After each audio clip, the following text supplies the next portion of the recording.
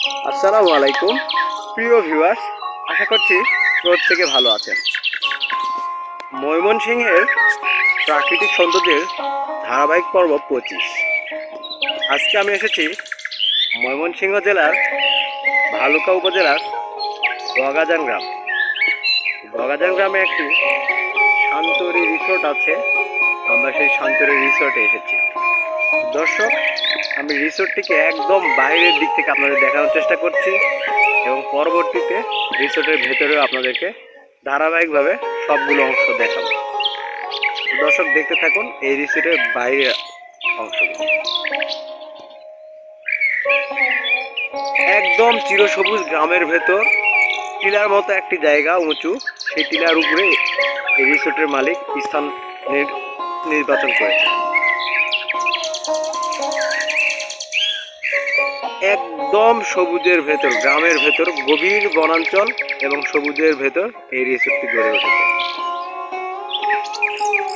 পর্যটন প্রেমী ও আগত অতিথিদের মন হৃদয় জুড়ে যাবে এই রিসোর্টে এলে। দর্শক, দেখতে থাকুন। দর্শক দেখুন, ময়মনসিংহের বগাজান গ্রামের প্রাকৃতিক ঝর্ণা। উঁচু পাহাড়ের টিলার বুক থেকে ঝর্ণার মতো পানি নিশ্চিত হচ্ছে।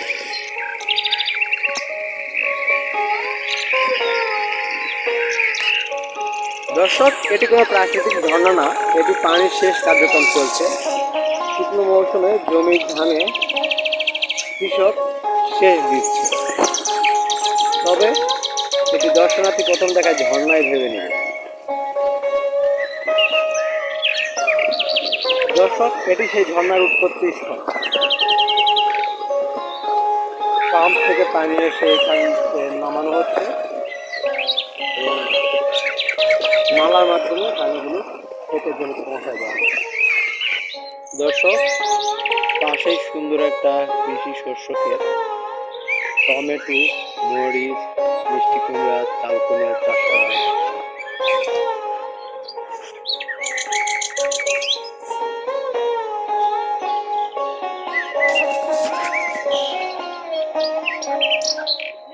দর্শক, আজকে বগাজান গ্রাম থেকে বিদায় নিচ্ছি।